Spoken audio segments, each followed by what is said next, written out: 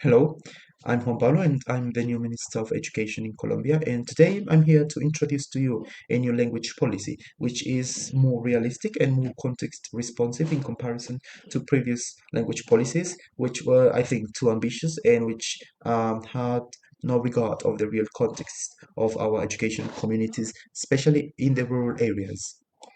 So with this policy, we really want to take into account the challenging situation of multi-grade classrooms in the rural area and also the limited access to technology. We want to make language education more equitable and accessible to everyone. And one of our goals is to develop the communicative competence in English in students and help them reach an A2 level by the end of their grade 11.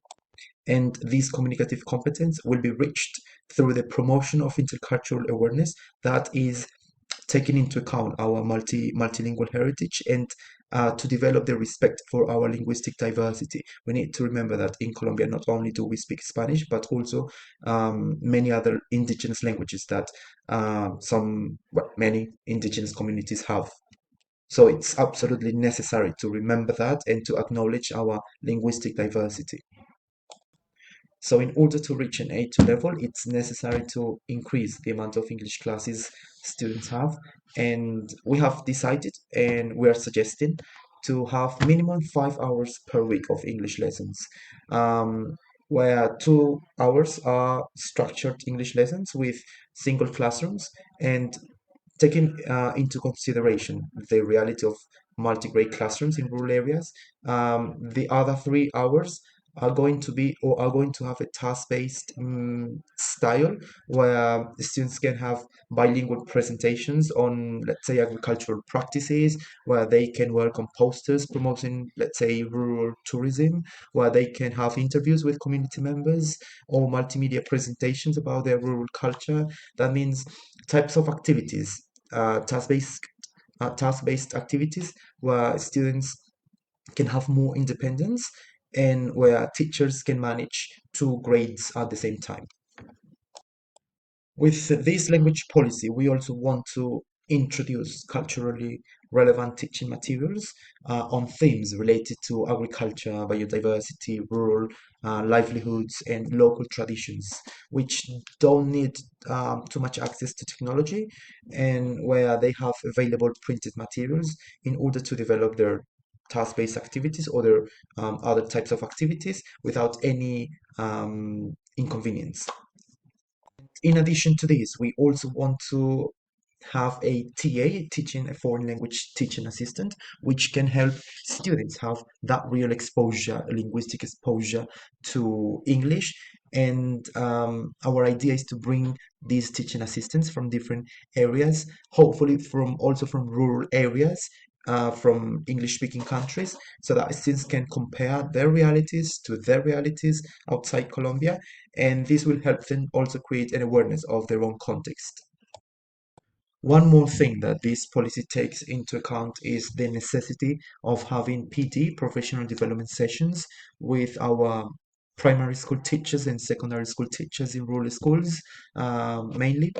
And this policy will bring to schools workshops on communicative language teaching, training in task-based language teaching and learning, development of culturally relevant materials and their use, and collaborative lesson planning among teachers.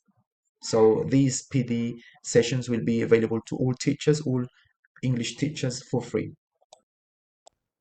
Something that we also need to remember is that not only teachers are responsible for the success of their students. This is an integral work, which in which the school principal is in charge of integrating the policy into the pay. English teachers are in charge of planning lessons and implementing the different strategies and task-based learning activities, for example. Primary teachers are also in charge of integrating English in other subjects if possible, interdisciplinary activity with interdisciplinary activities. Students are the active participants, so they need to engage in communicative tasks. Parents and community, they also provide local knowledge of the context. Our foreign language teaching assistants will also lead conversational activities. They will also teach our students about their culture and help our students be aware of their own culture.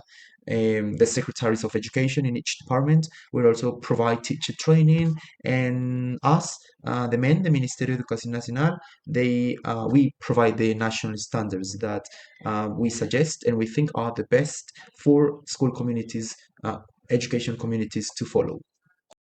So my main motivation for creating this language policy has been my almost 10 years of professional experience in the rural public sector. So I know the difficulties and the challenges that teachers face when having two different groups at the same time, two different grades, because there are obviously logistical and pedagogical difficulties.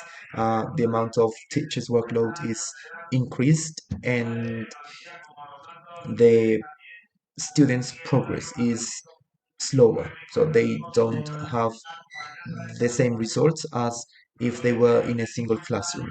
So there are difficulties for students to achieve their learning goals.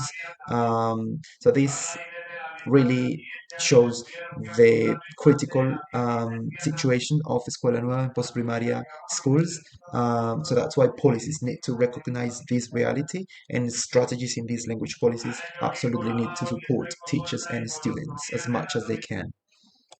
And finally, while creating this language policy, I found out that they cannot be disconnected from the school realities, and that teachers need to be heard. It is a must that language policy creators listen to teachers and listen to what they have to say, because administrative staff does not really experience firsthand what teachers experience.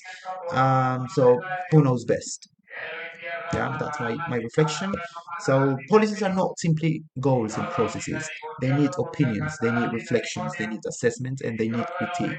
By whom? Mainly by teachers, because we are the ones who are with the students in the classrooms, and we are the ones who know best.